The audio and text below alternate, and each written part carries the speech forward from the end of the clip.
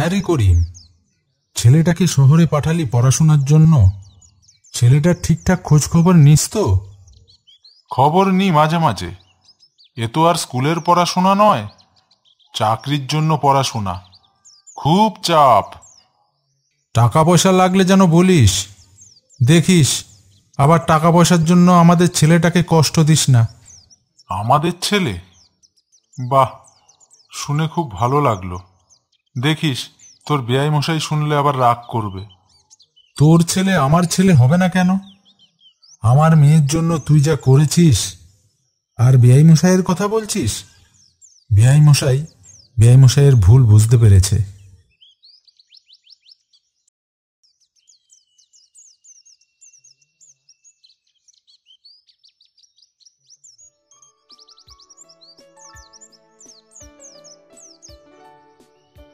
এই নাও চা। সকাল সকাল বসে না থেকে বাজারে গিয়ে একটু ভালো মন্দ নিয়ে এসো। কালকেই তো বাজার করে নিয়ে আসলাম, ওই দিয়ে আজকের মতো চালিয়ে দাও। সে তো চালাতামই। মেয়ে ফোন করেছিল, আজ তোমার বেয়াই মশাই আসছে নেমন্তন্ন করতে। গিন্নি, আমি কিন্তু আগে থেকেই বলে দিচ্ছি, করিমকে যদি নেমন্তন্ন না করে তাহলে কিন্তু আমি নাতির অন্নপ্রাশনে যাব না। আরে করবে গো করবে, মেয়ে ফোন করে বলেছে তোমার বেয়াই বিশেষ করে তোমার বন্ধু করিমকে নেমন্তন্ন করার জন্যই আসছে। সত্যি বলছো গিন্নি? শুনে মনটা জুড়িয়ে গেল। দাও ব্যাগটা দাও, বাজারে গিয়ে কচি পাঁঠার মাংস নিয়ে আসি। করিম, করিম, বাড়ি আছিস নাকি? কে দিনু? আরে বেয়াই মশাই যে, আসুন আসুন, ভিতরে আসুন। ভেতরে যাবেন নাকি বেআই মশাই? আপনার তো আবার আর লজ্জা দেবেন না বেআই মশাই। আরে দাঁড়িয়ে কেন, বসুন না বেয়াই, আমি একটু চা মিষ্টির ব্যবস্থা করি। আরে শুনুন বেআই মশাই, আজ আর চা মিষ্টি খাওয়ার মতো পেটে জায়গা নেই। জায়গা নেই বললে হবে? এই প্রথম আমার বাড়িতে এসেছেন। আরে শুনুন, বিয়ান যদি বেঁচে থাকতো আজ তাহলে আপনার বাড়িতেই খাওয়া দাওয়া করতাম। আজ আর দেরি করব না, দেরি করলে এই ট্রেনটা পাবো না। আসছে মাসের ইংরেজি 14 তারিখে আমার নাতির শুভ অন্নপ্রাশন। সেই দিন কিন্তু আপনাদের অবশ্যই উপস্থিত থাকতে হবে। আপনার নাতি মানে? সে তো আমারও নাতি, অবশ্যই যাব। চলুন তাহলে, আর দেরি করে লাভ নেই, আপনাকে এগিয়ে দিয়ে আসি। বন্ধুত্বের কাছে ধর্ম কখনো বড় হতে পারে না, সেটা প্রমাণ করে দিল করিম আর দিনুর বন্ধুত্ব। আজ দুই বন্ধু খুব মিলেমিশে দিন কাটায়। একটা সময় এদের বন্ধুত্বের মাঝখানে ফাটল হয়ে দাঁড়িয়েছিল ধর্ম।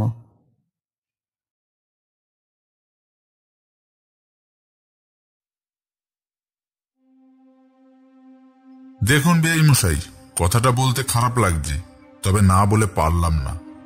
আপনার ওই মুসলিম বন্ধুটিকে আমার বাড়িতে যেন আনবেন না। কেন বেআই মশাই? আনলে অসুবিধাটা কোথায়? দেখুন, আমাদের সমাজে এইসব ব্যাপার নিয়ে খুব কানাঘুষো হয়। বেআই মশাই, আমার বন্ধু করিম মুসলিম হতে পারে, কিন্তু আমার মেয়েটিকে খুব ভালোবাসে, নিজের মেয়ের মতো। দেখুন বেআই মশাই, এটাই আমার শেষ কথা।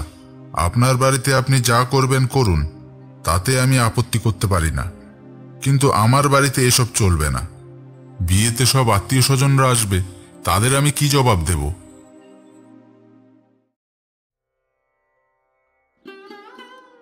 শোনো, এত সাধারণ একটা বিষয় নিয়ে এত মাথা ব্যথা করো না। তুমি এটাকে সাধারণ ব্যাপার বলছো? করিম আমার বাল্যকালের বন্ধু। আমাদের ভাগ্য ভালো, মেয়ের এত ভালো ঘরে সম্বন্ধ হচ্ছে। তুমি তোমার বন্ধুকে একটু বুঝিয়ে বললে সে নিশ্চয়ই বুঝবে। করিমকে আমি কি করে বলবো?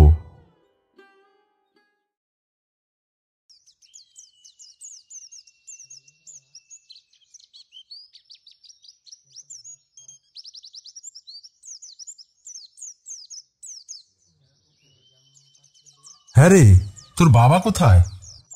ও দিনু কাকু, বাবা তো বাড়ি নেই। গতকাল তোমাদের বাড়ি থেকে এসে বসে বসে কান্না করছিল। আমার বাড়ি থেকে এসে?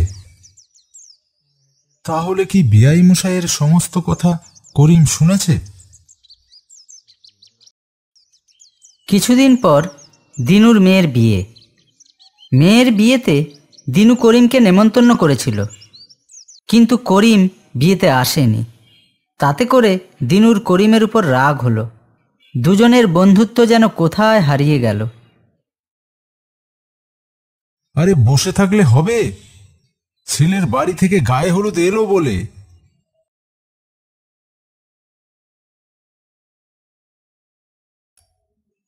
বিয়ের বেশ কিছুদিন পর দিনুর মেয়ে অন্তঃসত্ত্বা হয়ে বাপের বাড়িতে বেড়াতে এলো।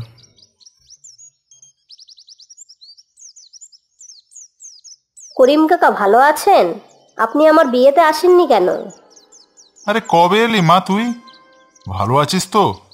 জামাই এসেছে নিশ্চয়ই। না করিম কাকা, তোমাদের জামাই আসেনি, আমি একাই এসেছি। কিছুদিন থাকবো এখানে। দাদা কেমন আছে? তোর দাদা এখন শহরে থাকে, ওই কি চাকরির জন্য পড়াশোনা করছে। করিম কাকা, তুমি বিয়েতে আসনি বলে বাবা খুব দুঃখ পেয়েছে।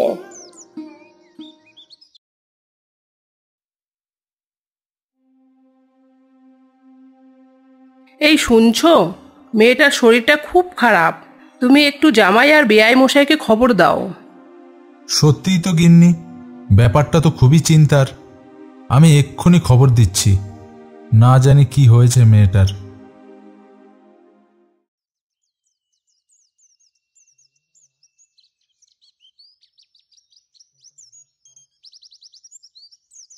ও করিম, আরে যাচ্ছ কোথায়? শুনেছ নাকি? কি বিষয় বলুন তো? আরে তোমার বন্ধু দিনুর মেয়ে। কি হয়েছে? মেয়েটির তো অবস্থা বিশেষ ভালো না।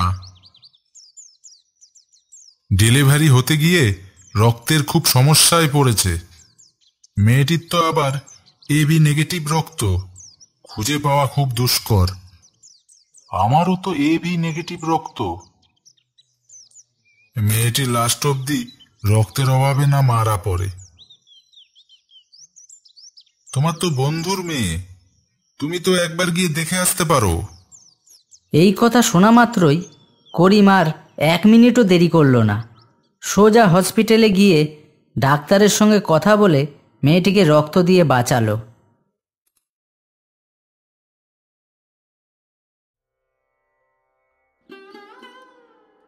দেখুন বেয়াই মশাই, আমার বন্ধু করিম, যার বিয়েতে আসা নিয়ে আপনার আপত্তি ছিল, কারণ সে তো মুসলিম। আজ ওই মুসলিমের রক্তই আপনার বংশকে বাঁচিয়ে দিল। বাবা, এ সমাজে ধর্মের থেকে মানুষের মূল্য অনেক বড়। মানুষ না থাকলে ধর্মই থাকবে না। হ্যাঁ, আমি আমার ভুল বুঝতে পেরেছি।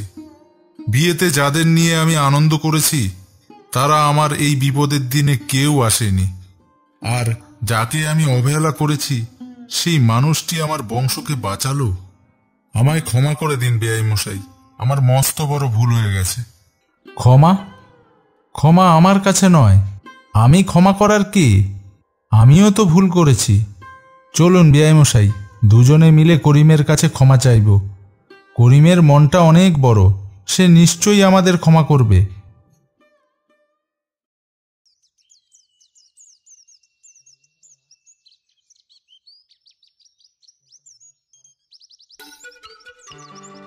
আরে বেয়াই মশাই, এত দেরি হলো আসতে? আর বলবেন না, রাস্তাঘাটে এত যানজট। করিম, আমরা সবাই অপেক্ষা করে আছি তুই কখন আসবি। আমার মেয়ে তো বারবার জিজ্ঞাসা করছিল। বেয়াই মশাই, ঝটপট নাতিকে মুখে ভাতটা খাইয়ে দিন। মানে আমি খাওয়াবো?